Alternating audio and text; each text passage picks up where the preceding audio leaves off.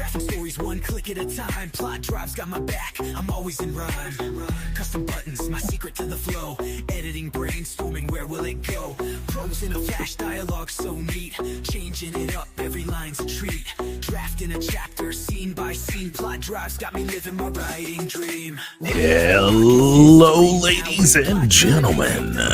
Welcome to another live stream here at the Future Fiction Academy. My name's Ekello Harrid, and you are invited to learn everything there is to know about translations. All right, so think about this. What in the world would I even think about using translations for? Why would I want to use translations, and how can it benefit my particular business, my specific situation? So that's what we're going to do today.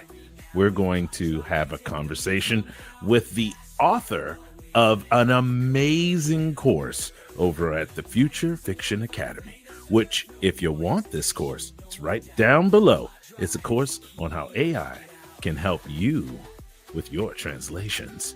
And the author of that particular course, ladies and gentlemen, I bring to you the great, the mighty Stephanie Pajonas. How you doing, Stephanie? I'm good, Ekello. How are you doing today? I'm doing good. She's don't mind her. She's giggling because I was just putting on my radio voice, and it's always a little disconcerting for all of the authors when I put on my radio voice. I was just thinking about how nice and smooth, and I could listen to you, before bed, and I would just go straight off to dreamland. It would be lovely. I was I almost drifted off on a nap about 2 hours ago. Mm-hmm. For all of you who don't know, the thing I do in the morning that keeps me from gaining copious amounts of weight, because I do a lot of sitting down in front of a computer, is that I am a barista at Starbucks. Mm-hmm. And in that endeavor, I am up inevitably at 2:00 in the morning. So I'm like trying not to take a nap because it'll screw up my day. Right. And it's always at that moment. It's always at that moment I'm just like, I can't. Yeah. I gotta stay straight. I gotta stay forward. Now, Sometimes you just gotta lay down for just a little bit, but that can also bite you in the butt as well, because if you're somebody like my husband who can literally lay in the bed, close his eyes, and be asleep 20 minutes later, then it's over. You're having that nap whether you wanted it or not. and it's irreversible and never gonna stop being Mhm. a nap of epic proportions. Right. Yep. I Okay, agree. so all right, ladies and gentlemen, let's talk Mhm. with Steph about this specific subject of translations. All right, this is what I want y'all to understand. If you have a business that is publishing, and you have the opportunity to expand your business without actually expanding your content, you're using the same content, the same IP, right? Yep. If that's happening all at the same time, I think that maybe that means that every time you have a new translation of that same IP, that's a whole new revenue stream of revenue. Absolutely. How in the world did you ever even get involved with? Let's just go back to the beginning. Yeah. I know, speak Japanese. Yes, I do. Fluently. Not fluently. It is a very tough language to learn. There's so much vocabulary, and then you have to learn 3 different writing systems to go along with it. There's hiragana, there's katakana, and there's kanji. So, but I've studied Japanese for a very long time, for about 25 years now. I think I started in 2001. Right. Yeah. So it's a long road. It's a long road to learn a new language, especially if you have lots of breaks in there, because I started in 2001. I was living and working in New York City, and I was working in Midtown Manhattan, over by Bryant Park. I was working for HBO at the time. Ah, Yeah. And I found the Japan Society, which is in Manhattan. It's over by the UN. It's on 49th Street between 1st and 2nd Avenue. And that they had Japanese classes. And they specifically put them at times when people who worked 9 to 5 could come and take a class at like 6, and I get right. it. So I would get on the crosstown bus and I would go over and walk up and go to Japan Society. And I was learning Japanese there for like 5 or 6 years. I got pretty far, like up to level 10 Japanese at the Japan Society. And then I got pregnant with my first child. So Japanese sort of went on the back burner for a little while, but I was always really into Japan and Japanese culture, Japanese food, lots of Japanese history, studied all of that kind of stuff. So while I wasn't necessarily studying Japanese language, and I had my baby, I would be watching Japanese TV shows or whatever it may be to like keep my love of Japan fresh in my mind. And then when I decided to start writing books after I had my 2 girls, I was like, how do I keep my love of Japan alive while also following this new course I had set for myself? So a lot of my books have Japanese influences to them. Like I use a lot of Japanese culture in my books, Japanese characters, especially in the diaspora, so outside of Japan. And then that kept it alive for a long time. And I got back into studying Japanese once I had a little bit more time. And then, Duolingo came around, which is that bird over my shoulder there. My youngest daughter gave me that for Christmas one year because she's like, you love Duolingo. I'm like, I do. I love Duolingo. So I was able to brush up on my Japanese using online resources, apps, study guides. I was able to do all this kind of stuff, and especially with Duolingo. And then I was like, well, I really do like learning a second language. It really helps me understand my own language, because there are all of these things that we're taught in grammar school and high school about the English language that you sort of forget about, because you don't need to know that a verb is transitive or intransitive necessarily. You just use those words and you don't think about it. But once you start studying another language and they're saying these are transitive and intransitive verbs, you have to be like, well, I don't even remember what an intransitive verb is or what a transitive verb is, right? So it helped me understand language a little bit more. And then I thought, hey, I'm enjoying studying this language. Maybe I should try another one. I've got Duolingo. I got Duolingo, Pro or whatever it is, and I should load up another language. And since I really, I have a lot of Italian in my background. My grandfather was Sicilian, although my husband will often say Sicily is not Italy. I know, I get it. It's a controversy in my family, but I was like, oh, I love Italy. I love going there. I'll learn Italian. Fantastic. So I started learning Italian too on Duolingo, and I thought, hey, this is actually going really well. I'm understanding how this all fits together. I'm understanding the differences between that and English. Maybe I should pick up another language. And then it starts snowballing from there, because I was like, oh, I'll go learn French too, because I learned French in high school. And I thought maybe what I'll do is I'll go back to my French. And the French was easy to pick up again because I remembered stuff from high school, and I could relate it back to Italian, which I could relate back to Japanese, which I could relate back to English. It all became a snowball. So now I am learning Japanese, Italian, French, and a little bit of Swedish. I keep forgetting about Swedish. I need to go back to Swedish at some point. So I became this really love of language over time. And I just feel like it opens up so much of storytelling, understanding language, understanding the world. I'm a very worldly, like global person. I'm not. Me too.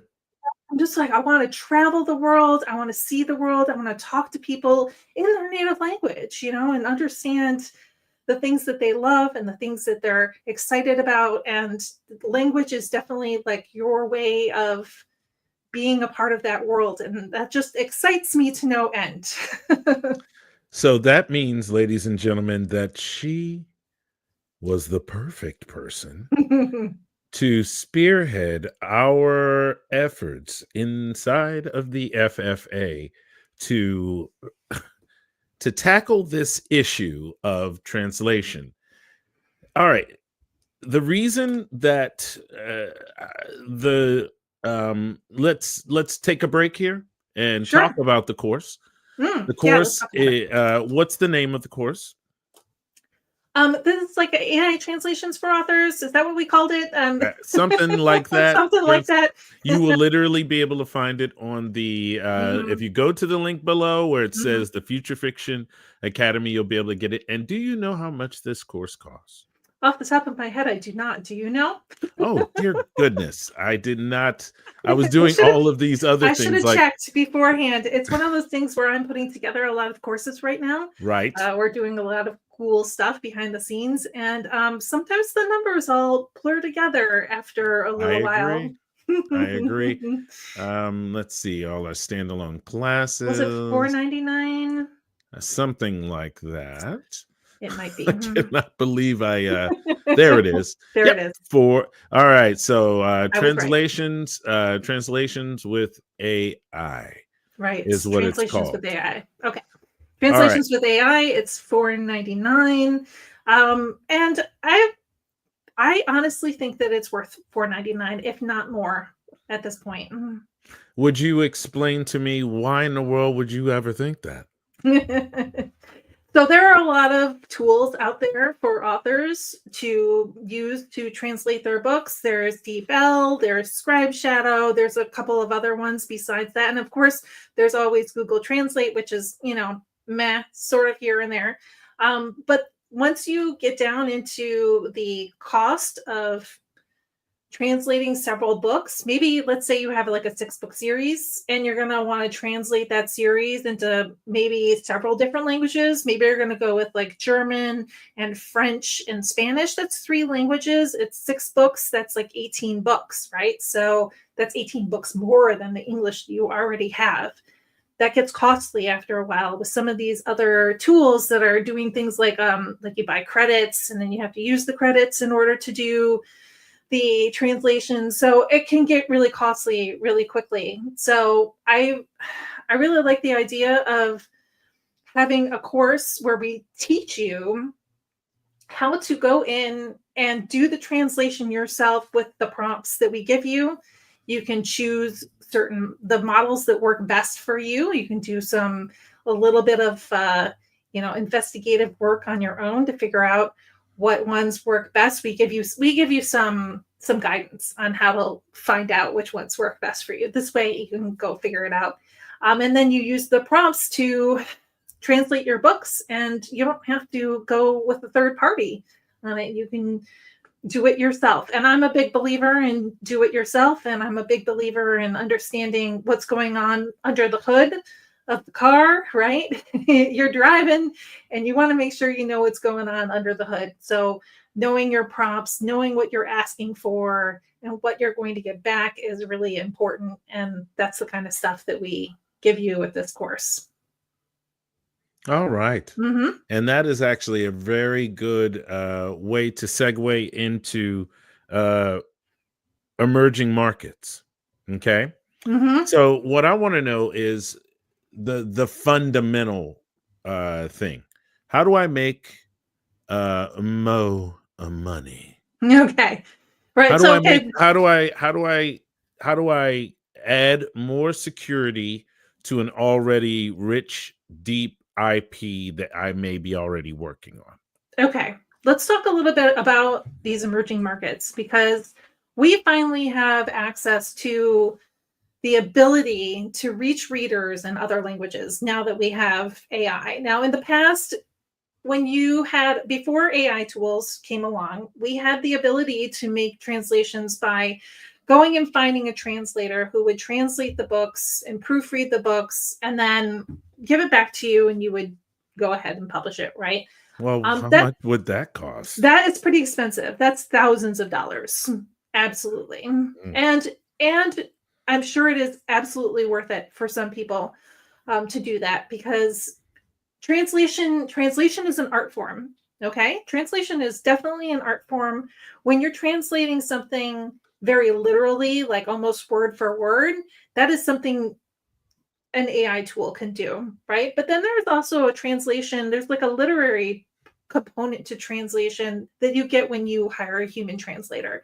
And that works really well, especially for some books like some of my favorite Japanese authors like Haruki Murakami and whatnot. They are all translated by there's like a group of really good translators out there who do those translations. Seidenstecker and a couple others, and they put an artistic flair to it, right? So Mm-hmm. it's absolutely beautiful when it comes back, but that is very cost prohibitive for somebody who's running their business, on a shoestring. Okay, so I'll give you an example, everyone. great. Think of the one I like to bring up in the FFA all the time. Nancy Drew and her Hardy Boys. Mhm. That whole thing. So imagine that you're cranking that your whole business kind of depends on you being able to crank out as many books as you possibly can, but quality enough books. You're hiring people to do it right, and you're trying to do it as quickly as possible, as efficiently as possible, and as Mhm. cheaply as possible, Mhm. while maintaining the customer satisfaction score that you need. Okay, so let's put all of those factors together. Let's think of those as a bit of a formula. And if you dot the one and cross and put it up here, all I see is that you need more stability, more pillars, more legs to stand on as a business. And Mhm. one of the best ways to do that is through translations. Yeah, I absolutely agree. I think that this is where, like, okay, so if you're an entrepreneur, you're a self-publisher and you have your catalog of books, but you have a tight budget. You're not going to be able to afford that, high profile translator who's going to translate your books. But that doesn't mean that you are now precluded from making translations at all. This is your chance to use these tools that we have now Right. to get something out there that your new readers in a new language are really going to enjoy.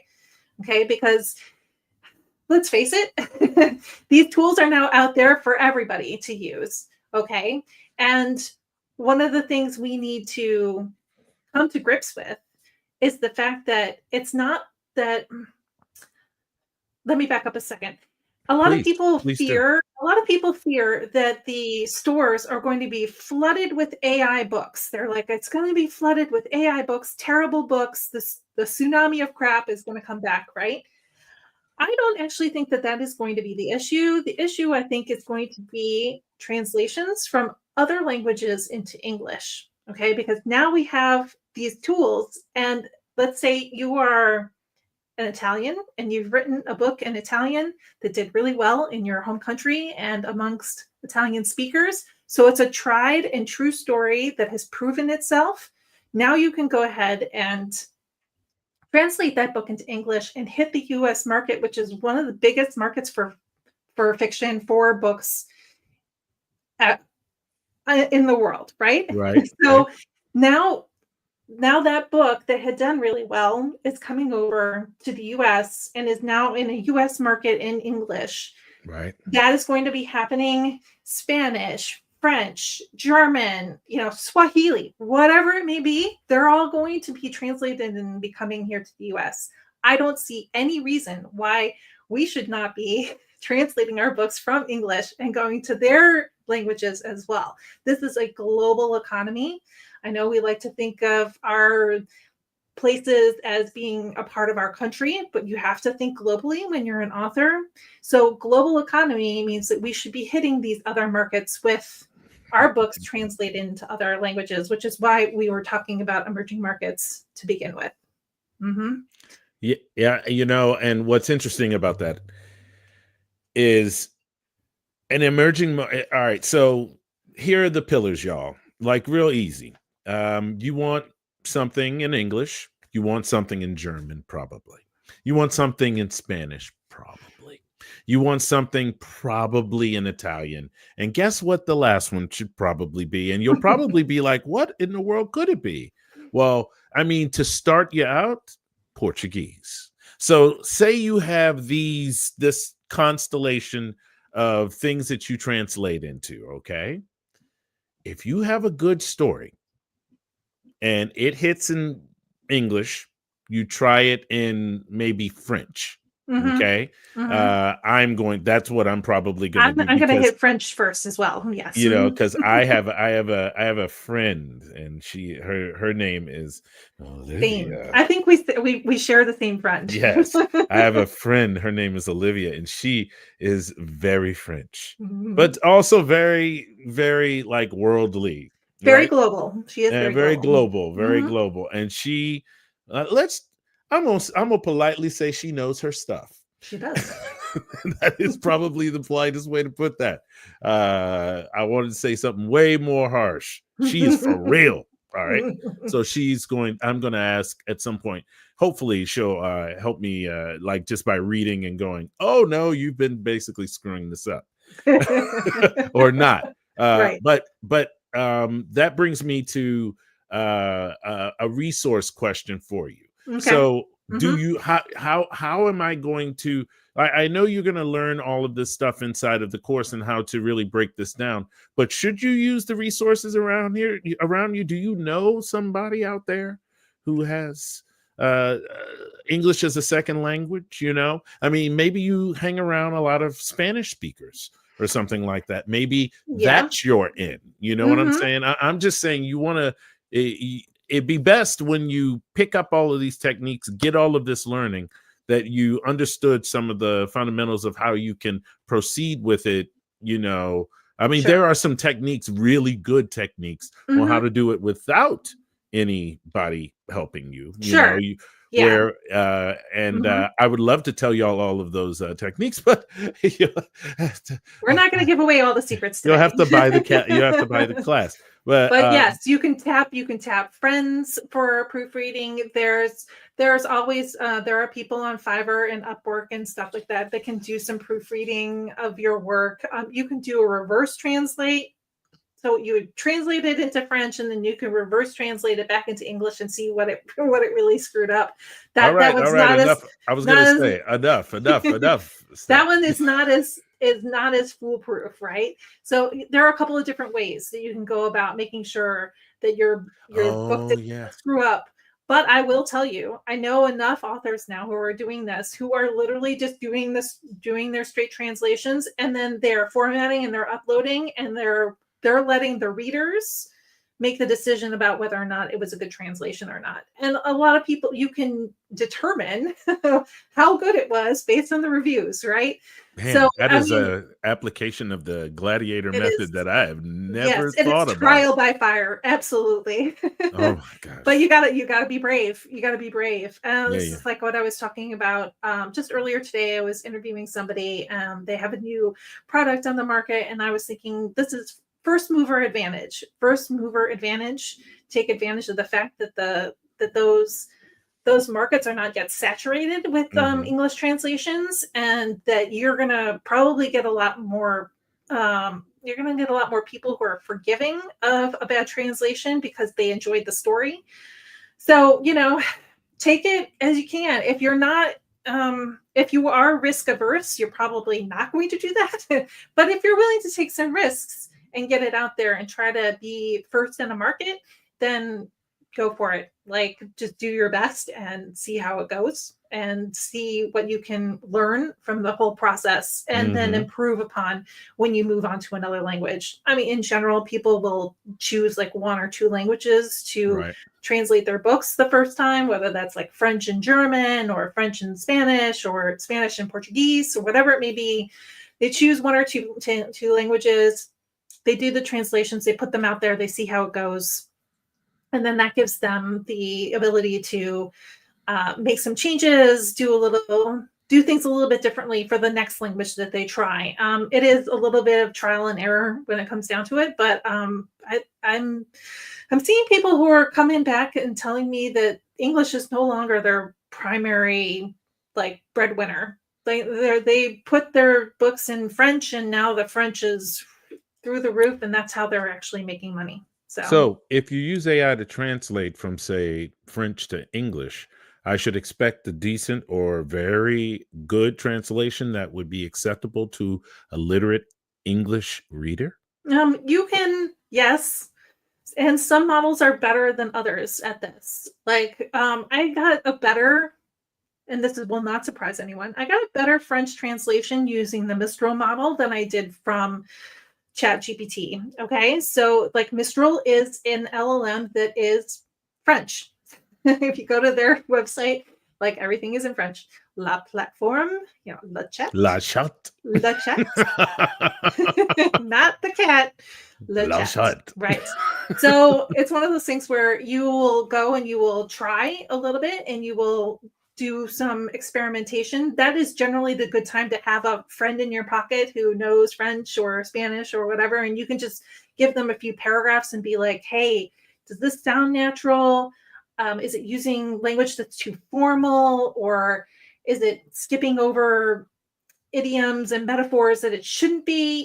See, this is look at this question right here. I'm 100% AI positive when it comes to writing, but I am skeptical about translations into another language. Make me wrong, please. Make me wrong, please. I don't blame you, right? Because in the past we would use Google Translate and we'd be like, what the heck is that? What is this saying? What are you saying to me? What is happening? Right. Okay, well, we'll tell you that in the last couple of years, it's just gotten so much better. It just really has. Like, I don't know how much traveling some people do. I was in Europe, not last summer, the summer before that. We used Google Translate with the lens, right, on like everything that we could find a package of cookies, wondering what's in it, use the Google Translate. It has gotten so much better than it used to be. And that is Google Translate, which is not, which is sort of AI based now. I kind of wonder how much they're putting Gemini into it. I was getting ready to say, I think they've zhuzhed it up. They have zhuzhed it up a little bit. I think the Gemini is running some of it on the back end. And my personal experiments with it have found that Gemini is pretty darn good for translations, and that because it does have the whole Google in the background, which is great. All right, see, that's look at you just answering them on the fly. Look at that. Which I would AI say that would you? It's not necessary. All right, so so I would say like it really depends. It really depends. You're gonna have to do some experimentation, and we do guide you on that experimentation process in the class, because we want you to go and look and see which ones you feel are doing a better job, and then you stick to that for that language. So, and also to remember that you're living in a dynamic universe, so make sure that you understand that things change. They just do. They just do. We are all going through this existential thing right now in the FFA because Claude 3.7 is the real. And when I say it's the real, I mean it's very good. It's very good. It's very good. And so we're all having our moment right now with that and changing things over and seeing what it's good for. That is actually a very good point right there. What it's good for. So you asking this simple question of what is the best AI for translations, you're hoping that you can just take these tidbits of information and go straight to these AIs, and then all of a sudden you're going to get a whole bunch of things. We have literally built actual kind of frameworks, mental frameworks, so that you and physical frameworks for you to step by step be able to kind of go through, which leads me up to probably the biggest part of this. Now, remember, ladies and gentlemen, you can go over to the Future Fiction Academy and get AI translations with the God bless. I can never remember the name of the course. Translations with AI is what I believe. Oh my goodness! I was like, AI translations for authors. Like, what could it be? Like, what pray tell could it be? All right, translations with AI. For $499, you will get a comprehensive course that will basically help you go step by step to the point where you are putting out amazing translations, to the point where you could publish them and find out whether or not they're really amazing. Yeah. You And we know, step you through the whole process of trying to find the markets that are going to work for you and your genre. I show you how to do all of that, how to do the investigative work. Then we teach you how to do the translations, the actual translations themselves. And then we get into some of the other ancillary parts of translating, like putting something in French on your website that will help people go and find your books, all like translating your blurb, translating all of these other things that are a part of the whole package, right? So I mean, it's a pretty comprehensive course. I remember when I went through it, because I did the course for the Future Fiction Academy Mastermind members first, right? and then I went through it and made it into the standalone course. And the second time that I was in there and I was watching it and I was making all the notes and making it all perfect for the standalone course, I was thinking, darn, this is a darn good course. Yeah, it really Good is. job. I mean, Good job, Stephanie. and I feel you on the patting yourself on the back thing, but Mhm. it's because okay, Steph, turn off your blush meter. Here it comes. Okay. All right, you ready? I'm ready. Ladies and gentlemen, I absolutely love going to classes with this woman. The way she teaches you, the way they all teach, they all have completely different styles that all coalesce into this. I call them the queens. It's Steffi, Stacy, and EAW. Steph, Stace, and EAW. Okay, Mhm. and they create this innovation, documentation, implementation sort of loop, sort of thing that goes round and round. Mhm. The things I love about your class is that you are always prepared. You have you do not like chance. You don't like you don't mind when you're in the class that things might veer off because of an idea that they get from your very well prepared for class. But what I absolutely enjoy the most is your insight into the subject, not just your ability to organize a class very well and present it in a very efficient and pertinent way, but the things you start to think about because you were having to go through the class. So you won't have those in the notes. You'll tell us in the class, in the actual thing, and those are the differences between just doing the notes and having those things. You have to understand, everyone, when we build these classes, you don't have homework, you have life. All right. Yes, you have life. This isn't You. you know what I'm saying? Mhm. You're either going to take this course, right? You're going to take translations with AI for $499, right? Over at the Future Fiction Academy. You're going to take this and you're either going to use it for your business Mhm. or you're not. I mean, it's up to you. You can do whatever you want. It may not, I would not necessarily say that this is probably something for an individual, but if you are an individual and you feel as though, I'm meaning an individual who is a hobbyist or something like that, I would not Sure. necessarily say Mhm. that you should be the person that gets this. But maybe you've always wanted to translate something for your French grandmother Mm. that you've never learned the language and she's always shamed you dearly about it. And you want to impress her with some piece of literature that you wrote that's poignant, a book of poems, something, right? Give yourself an opportunity to transcend this existence of English and go into other realms, other places Mhm. on the earth, and spread your story. Mhm. For translations with AI is a super, absolutely wonderful, comprehensive course built by one of the best minds inside of Oh. creativity and artificial intelligence. Steph has been doing this from the beginning. She has a wonderful podcast. Would you please tell us what the name of Oh your yeah, podcast? sure. After I get rid of the vapors from all of that blushing that I've got going on. All right. So I do have a podcast where we talk about AI and publishing. It's called Brave New Bookshelf. It is at bravenewbookshelf.com. And we're on all the usual podcast things and on YouTube. But yeah, we love to talk about AI and publishing. But going back to what you were saying, thank you. That's super no, sweet. but it's the truth. And she knows I'm telling the truth because I pointed out things that she actually does. Okay. Yeah. And I don't get to go to as many classes. I mean, there are literally people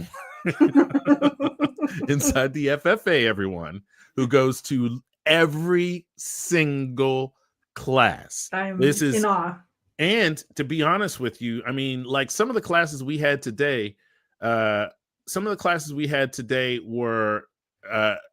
incredibly insightful. I went to two different ones, one on the progressive plot drive and Mm-hmm. one on something that we are going to bring up as the last subject of today, ladies and gentlemen. Okay.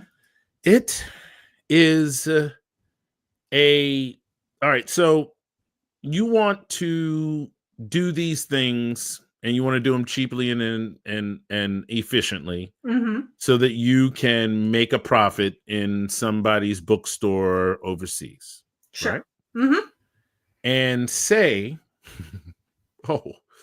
you're prolific Okay. and you haven't heard about AI and translations until Mhm. today. Mm-hmm. And you have 120 books in your back catalog. That is not all right. Can I explain something, y'all? That is not an unusual amount. No, it's not. That is a decent sized backlist. Yes, that is a decent sized Mhm. backlist. It's not the biggest backlist I've ever heard of. No, But it's a I decent. know people with 400 books in their I'm backlist. just saying, so, it's a decent sized back. It's a Mhm. decent sized backlist. It is. I mean, and y'all, we are not being snobs about that. That is No. for real. There are lots of authors that we saw at Author Nation this Mhm. year Yeah. that had tons and tons of backlist. All right, what happens when you have 150 books and you want to translate them 5 ways? Right. Suddenly you've got like 450, 500 books that you could easily have. And So- every one of them could be earning money. So I generally tell people if you think you're ready for translations, go take a look at your backlist. Look at what you think is performing well in the United States in English, okay? And consider translating that one first, just to like get it out there. It's one of your best performers, right? Your entry into the market can be really strong with that series. Consider going with that first, and then you do the market research and whatnot, which is something we show you in the class. But you do your market research, you figure out which languages you're going to go with first, choose one or two to get yourself started, Mm-hmm. and understand the workload that it will bring upon you, right? Because it's not just, do your translations, slap a cover on it and put it up there. You gotta think about the market, blurbs and a little bit of marketing, maybe do a little bit of advertising if that's your thing, etc. Mm-hmm. So there's all of this other stuff that is a part of translations, but if you are one of these people who has a very huge backlist, you've got like 120, 200 books or something like that, it is possible that at that point you already have a personal assistant or a virtual assistant who could probably handle a lot of like the things like formatting and getting your thing, up onto the different stores and whatnot, because you also get the ability to now get into stores that don't that are not just English. Maybe like you've got like Tolino and a couple others that take all of these foreign languages that yeah, English doesn't necessarily do very well in them, but like German does really well or French does really well. Oh, I just realized. So yeah, And if you translate something, right, it isn't the same book. it's Okay. not. So if it's It's an not the same entirely new book, book. everyone, that means you can take it wide You as can. opposed so you do that wide and then pull it into something like an Amazon, whatever that country's store is at a later Yes. time and Yes. see how much you can just get going outside of Amazon, Hmm. outside of that walled garden. You could And also if be yeah.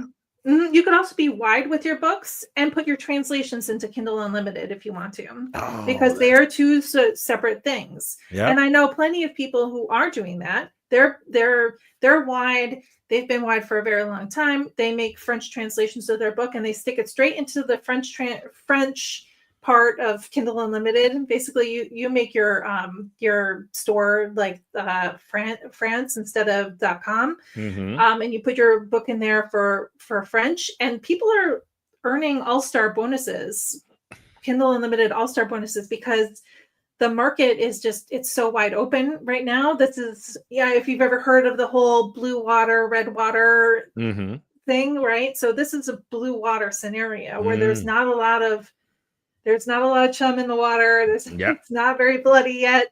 Like there's not a huge amount of competition. So when you get in there and you put your books into Kindle Unlimited in another country, you're more likely to make a pretty good amount of money on it.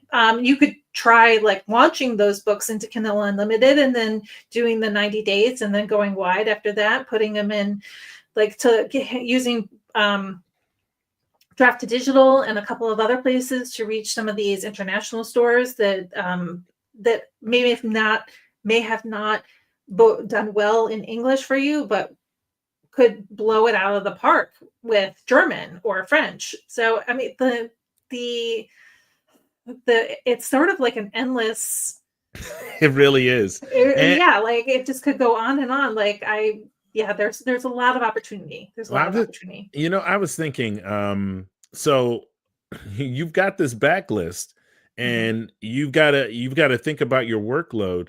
That might be a good opportunity for you to think about sequencing. Yes. We were playing around with this recently. Ekello was watching me put some of these things together recently.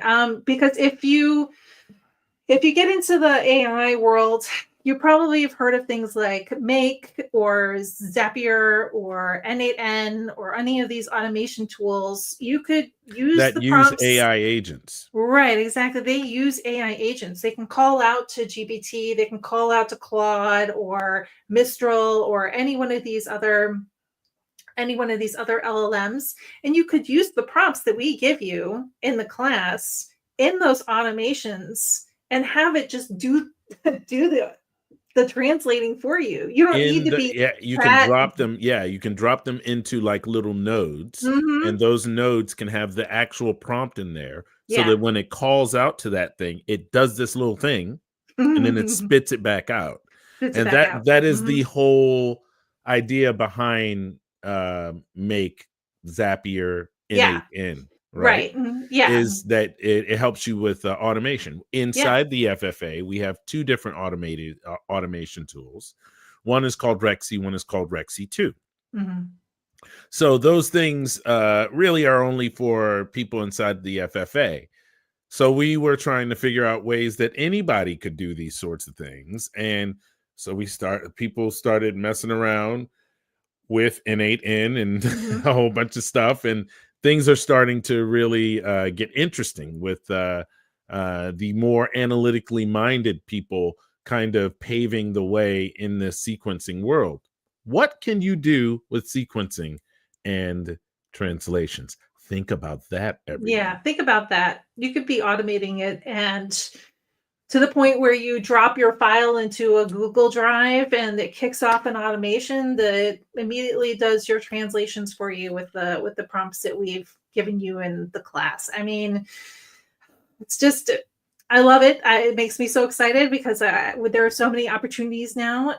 You don't have to be stuck doing like prompting, copy, paste, prompt, copy, paste over and over and over again. You can set up a workflow automation to do it all. Well, oh my gosh. And there's because of this whole like vibe code, no code revolution, the vibe coding. there's this weird thing where we could actually build little itty bitty apps to plug into N8N or to Zapier or to Make, and it'll do a thing that is only specific for writing and creativity and something like that, where you take where you do a AIism pass, even in French or something, right? Yeah. So imagine, so there are all these completely interesting ways that we could look at translations, how we could make translations maybe not as daunting. And a lot of that fundamental stuff, all of those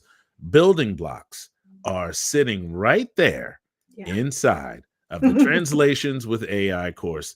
All you have to do is go over to the Future Fiction Academy, thefuturefictionacademy.com, and then just click on enroll in courses and then look at our standalone courses, and you will be off to the races. Not only do we have a translations course over there, but we also have a romance course over there, where the romance outlines course. It's crazy. It uses AI and a whole bunch of like specific data points. And it takes those specific data points and it helps to craft a much better romance outline than you usually are expecting, because anybody that's tried to do a romance outline has been sorely disappointed. It can be tough. It just locks into a specific type of trope. Probably was over whoever had their first LLMs, they probably overtrained on certain types of things at the beginning. And there are certain, like what is that? Willowbrook? No, Willow Creek. Willow Creek. Willow Creek. There is a hard code of Willow Creek, the place. Willow Creek. I don't even know where it is. Do you think it's on the East Coast or West Coast? You know what? I think that, like Springfield, there might be a Willow Creek in every city. every state of the union has a Willow Creek. Yes. At least in the AI world. In the AI world, Willow Creek is on every corner. Absolutely, on every single corner. So there are all these things that you are wanting the AI to do. You want them to look for stuff. You want them to find things. We've got courses, all these courses over there that help you as an author. Maybe you're just learning how to write, right? And you need actual like fundamental help just learning how to write with AI and understand what it's about. We've got free courses over there that will help you with those. So go over to the Future Fiction Academy and pick up Translations with AI for $499 by Miss Steph Pajonas herself. She, as you can see, loves language. She has been steeped deeply in language and its proclivities for such a long time that it makes total sense that you would be the person that would teach this class. And everyone, she was excited about this subject. She was enthusiastic. She leaned forward like no other, because this was one of those things that is an important skill to learn when it comes to your publishing business. Don't do this stupid thing where you only limit yourself to the universe that you're in. You need to look beyond that universe. This is why we are writers. This is why we are creatives. We are constantly coming up with imaginative solutions to problems that we create. So what you need to do is not look at your own universe. Look beyond your universe. Look beyond the box. Look out there into translations. And that the best way that you can do that is by going over to the Future Fiction Academy and picking up Translations with AI. for $499. If you dispute the price of the course, just go ahead on and see if you can get your translations done for less than that. for any cheaper. If you would like to, go ahead. I will applaud you. As a matter of fact, leave a comment in the description of this video and tell us how you have actually been able to do that. And then nobody will have to purchase this translations with AI course. They can go and they can find out from you. But I'm telling you, we worked on we wanted to make this course like over a year ago. We were excited about translations almost from the very beginning, and it just was one of those things where we needed the models the models just were not good enough yet. And with time and some more experimentation over the last 6 months, they've come a long way, and we finally felt confident enough to make the course. So all right, here's a side one for you that just popped into my head. Do you think that they're taking the reasoning models and then retraining the non-reasoning models with them to add for, because there was something weird about Sonnet 3.7 in the way that it meaning that it thinks so well through a scenario that you've given it and uses the context so well. I'm just wondering if you think that maybe something like that happened. This is just a side thing, everyone. Just a little side quest here. So I know that with my own experiments about this kind of thing, that any of these thinking models, they're really doing a really good job on the back end of doing the actual thinking, right? It's like, and so you can see some of it on some of the models. They let you see what it's thinking, right? And you can see the process of the logic process happening. So I wouldn't be surprised if they're taking that stuff, if they're taking that thinking, the logic, and using that somehow to train other models. I mean, I think at this point, this is almost it feels almost like the snake eating its tail, right? You know, like, but it's like this one gets better, and then that one trains this one to get a little bit better, and then that one is training this one to be even better, and then all of a sudden it's an exponential rise, and we're just and I haven't seen really any slowdown. No, I haven't seen it slow down either. It just keeps getting smarter and smarter. And this is why, like, even a year ago, I was telling people, like, this is not going away. AI is not going to go away. It's not going to like crash and burn. It's just getting smarter and smarter. You can think that this is a fake thing that is going to just fade away and all of this. There's lots of fear. I'm telling everyone, please get prepared. Please, because if you do not get prepared, the publishing companies will. And in that way, we are trying to do our best to make this not only a business, because we all want to get paid, but a service, so that we can help people make enough money to stay ahead of the wave. As soon as the publishers can figure out ways to translate their books without actually having translators, they will do it too. Their businesses as well. Yep. Right. Their businesses as well. They've got profit and loss statements they've got to put together. They've got shareholders. They've got data. They've got data on their side. Yeah. They've got the ability to take their actual translations and their actual books and marry them together in some type of large language model fine-tune. Sure. I mean, and this is why we built the FFA to begin with, is because we want to see authors succeed. We want you to still have a business in 5 years. And by staying ahead of the curve, staying ahead of the game, you're better prepared to deal with these huge disruptions that are going to hit the industry. Like, it's inevitable at this point. I mean, I've seen AI hit pretty much every single industry. Publishing is changing too, and publishing is going to be hit just as well. So it's important for for me, like I feel that importance in my chest that I need to like help authors. And this is what we've built. We want to see you all succeed. So hopefully, hopefully you can. So do me a favor, everyone. Go on over to the futurefictionacademy.com. There's a link down below. Click right through there and get yourself the course. That would be, wow, God bless. I want to make sure I say it exactly right. Translations with AI for $499. That's Absolutely. Translations with AI for $499 over at the Future Fiction Academy. Link in the description. All right, Steph. Wow, what a great afternoon. Let me check on the all these people who have been talking. Let me see here. Lots of people replying. Yep. The dog. I didn't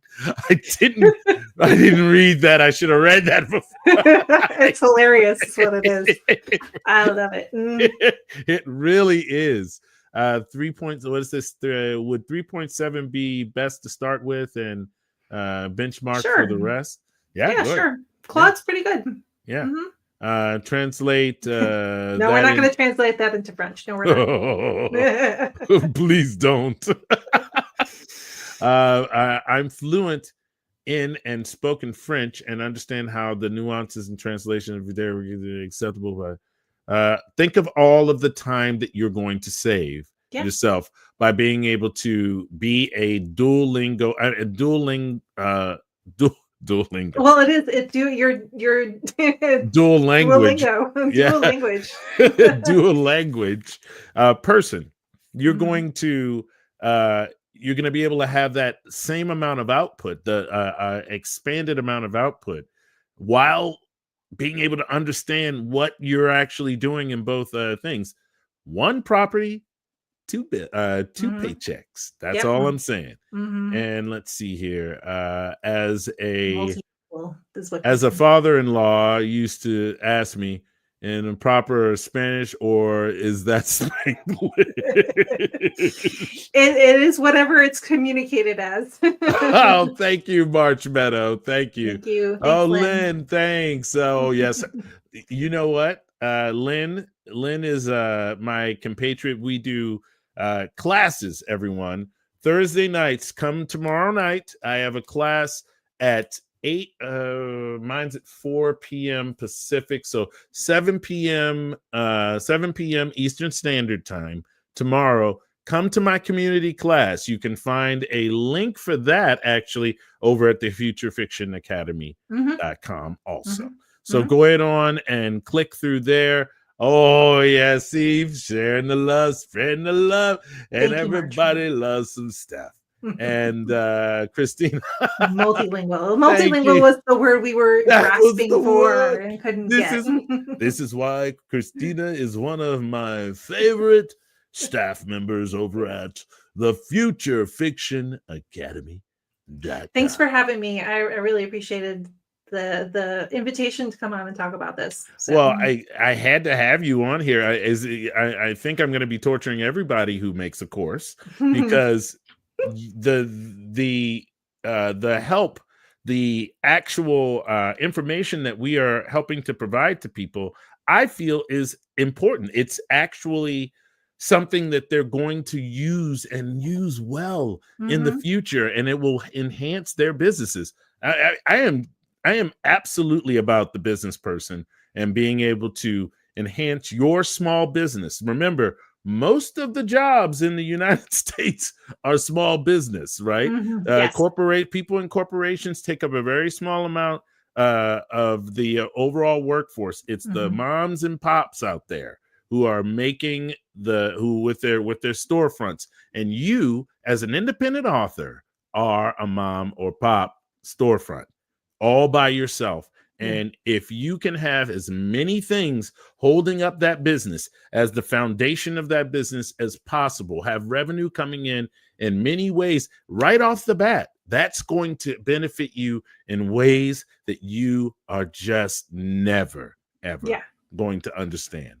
Mhm. Ladies and gentlemen, this has been Miss Steph Pajonas. She is what I like to call one of the founding queens over at the Future Fiction Academy. And she's basically one of the best teachers I've ever had. All right, Steph, see you later. Thank you. You're welcome, Steph. You're welcome. All right, so ladies and gentlemen, that's it. That's all. And I will see each and every one of you. That means you, and you. After you've, of course, liked and subscribed on this video. Come on, y'all. We got to let everybody know. I'll see all of you in class. Have a good day. And make it real, y'all. I mean, really real.